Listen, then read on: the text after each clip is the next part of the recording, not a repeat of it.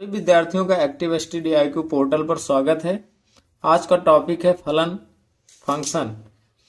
ये UP board class 12th math के लिए बहुत ही इंपॉर्टेंट टॉपिक है।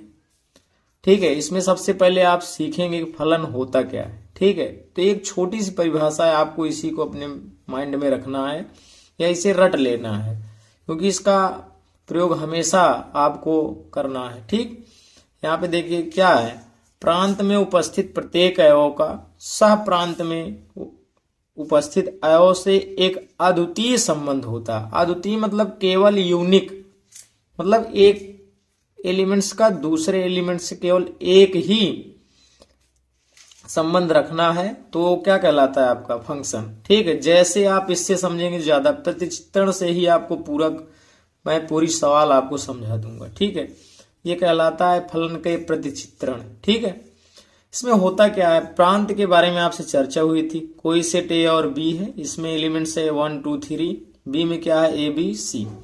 देखिए एक का संबंध किससे है, ए से, और दो का संबंध किससे है, बी से, तीन का संबंध सी से। अब देखिए ए में जितने अवयव होते हैं उसे क्या कहते हैं, प्रांत कहते हैं। बी में जितने एलिमेंट्स होते हैं उसे परिसर कहते हैं। तो सह प्रांत हुआ क्या, मतलब जिससे एलिमेंट्स फर्स्ट वाले समुच्चय के दूसरे वाले जितने एलिमेंट संबंध रखते हैं वो उसका क्या कहलाता है, सह प्रांत। तो जैसे इसमें सह प्रांत की बात की जाएगी ABC, परिसर भी क्या आएगा ABC। मान लीजिए यही D होता तो सह प्रांत में केवल ABC ही कहा जाता। ठीक है, तो परिसर एक अलग से बात हुई, यहाँ पे केवल बात होगी प्रांत और सह प्रांत की। ठीक है, अब देखिए यूनिक संबंध है कि नहीं, अद्वितीय संबंध मिल रहा है। केवल एक का एक से है, दो का बी से है, मतलब तीन का सी से, मतलब एक का केवल प्रांत के जितने एलिमेंट्स हैं इसका केवल बी में केवल एक एक एलिमेंट से संबंध रख रहे हैं। ठीक है, प्रांत का ये जो सह प्रांत होता है, इसके एलिमेंट्स जो होते हैं इसका ये पूर्व मतलब प्रतिबिंब कहलाता है, और सह प्रांत का जो भी संबंध प्रांत से रहेगा वो उसका पूर्व प्रतिबिंब कहलाता है। मतलब ए का एक क्या है, पूर्व प्रतिबिंब है, एक का एक क्या है, प्रतिबिंब है। ठीक है, ये सब समझना बहुत जरूरी है, यूनिक है। अब इसमें देखिए तो ये फलन हो सकता है। अब यहाँ पे एक एग्जांपल देख लीजिए, एक का एक से है, एक का बी से भी है, तो अभी क्या है ये फलन नहीं होगा। ठीक है, मतलब यहाँ पे परिभाषा जो लिखी गई इसके अकॉर्डिंग आपको चलना है। ठीक है, एक अद्वितीय मतलब एक संबंध होना चाहिए, तो एक का ए से भी एक का बी से भी है, तो इसलिए फलन नहीं है। ठीक है, अब फलन के प्रकार पढ़ेंगे। ठीक है, देखिए इसमें पहला है एकैकी, 1 कहा जाता है या इंजेक्टिव कहा जाता है। ठीक है, इसमें थोड़ा सा वही प्रतिबिंब वाली परिभाषा आप डिनोट करेंगे, और फलन और एकैकी दोनों एक ही संबंध है। ठीक है, देखिए यदि प्रांत में उपस्थित प्रत्येक अवयव का सह प्रांत में उपस्थित अवयव से एक निश्चित एवं अद्वितीय प्रतिबिंब प्राप्त होता है तो उसे एकैकी फलन कहा जाता है। ठीक, जैसे फलन की परिभाषा सेम वैसे ही है, अगर फलन के याद कर लिए तब भी काम चल जाएगा। ठीक है, अगर ऐसी कंडीशन आपको मिलती है कि मतलब जो ये प्रांत है, ठीक है, ये मान लिए x1 है, क्या है x2 है, इसका जो भी एलिमेंट्स है, जैसे एक का ए से है, दो का बी से है, तीन का डी से है, एक का सी से, मतलब प्रांत के प्रत्येक अवयव का प्रतिबिंब सह प्रांत में उपस्थित है तो क्या कहलाएगा, फलन एकैकी है। इसके लिए आप एक कंडीशन होती है f(x1) इक्वल f(x2). ठीक है, यहाँ पे अगर मान निकालिए प्रत्येक एलिमेंट्स पर 1 पे निकालिए, 2 पे निकालिए। ठीक है, तो आना चाहिए x1 बराबर x2। अगर ये कंडीशन आपको मिल गई तो आप कह सकते हैं कि f(x) क्या है, एकैकी है। ठीक है, तो इस कंडीशन को आपको याद रखना है। इसी परिभाषा से और इसी प्रतिचित्रण से मैं पूरी सवाल जो है आपको सॉल्व करा दूंगा। ठीक, अब इसी के अकॉर्डिंग दूसरा है, इसके विपरीत है। दो ही फलन आपको पढ़ना है। देखिए एक है आच्छादक, क्या है, आच्छादक या आच्छादी फलन। ठीक, इसमें क्या होता है, देखिए यदि सह प्रांत के प्रत्येक अवयव का पूर्व प्रतिबिंब प्रांत में उपस्थित होता है, मतलब जैसे ये आपका क्या था, सह प्रांत है, ये क्या है आपका प्रांत है, यानी सह प्रांत का जो भी एलिमेंट्स है इसका प्रत्येक अवयव का मतलब पूर्व प्रतिबिंब, इसके लिए प्रतिबिंब है, ठीक है, और इसके लिए क्या है, पूर्व प्रतिबिंब है। तो ए का 1 से है, बी का 1 से है, सी से, सी का 2 से है। अब ध्यान दीजिए ए बी सी प्रत्येक का पूर्व प्रतिबिंब प्रांत में उपस्थित है, ठीक है कि नहीं। ए का मान लीजिए इमेज 1 पर है, बी का जो है 3 पर है, सी का क्या है 2 पर है, इसमें एक भी एलिमेंट्स नहीं बच रहे हैं, ठीक है ना।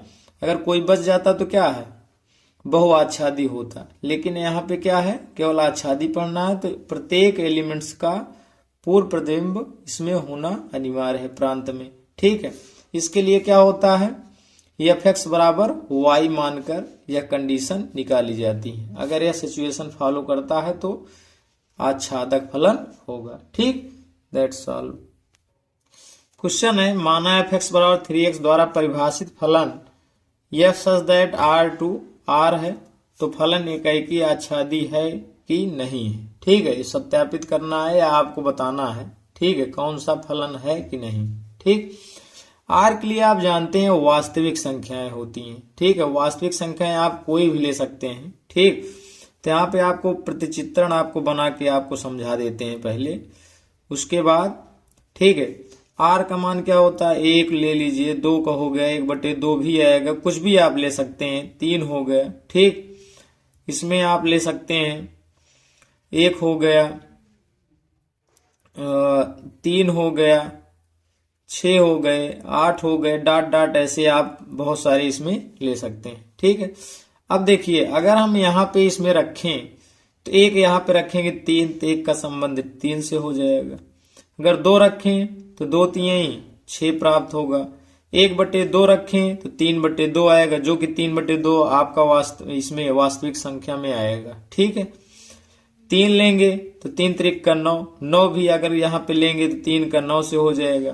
तो इससे पता चल रहा है कि मतलब जो प्रांत है, प्रांत के जितने एलिमेंट्स हैं इसका कोई मान यहाँ पे रख रहे हैं तो सह प्रांत में मिल रहा है या प्राप्त हो रहा है, ठीक है।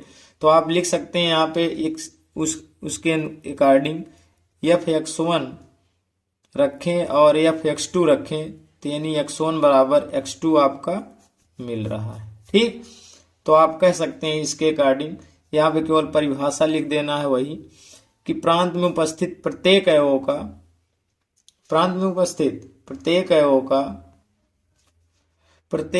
का प्रतिबिंब सह प्रांत में उपस्थित है, इसलिए एफ एक्स एकाएकी है, ठीक। आच्छादी के लिए चेक कर लेते हैं,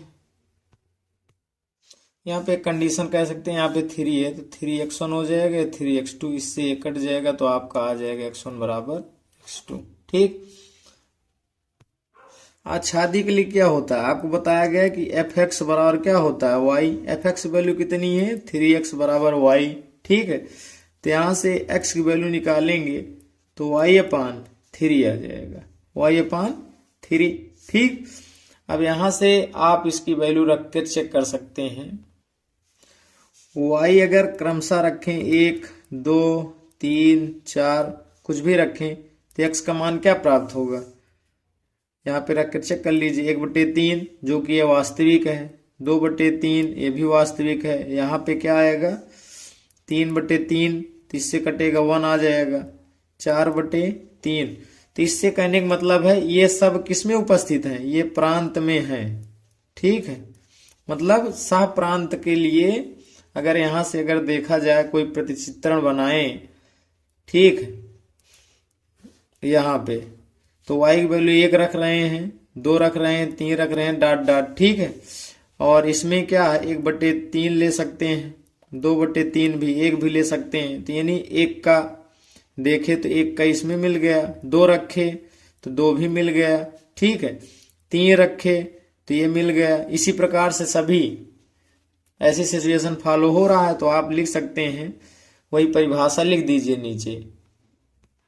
क्या होता है, सह प्रांत में प्रत्येक अवयव का पूर्व प्रतिबिंब प्रांत में उपस्थित है, इसलिए एफ एक्स क्या है, आच्छादी है। That's all.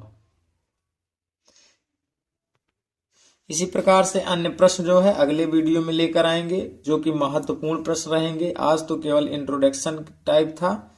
धन्यवाद।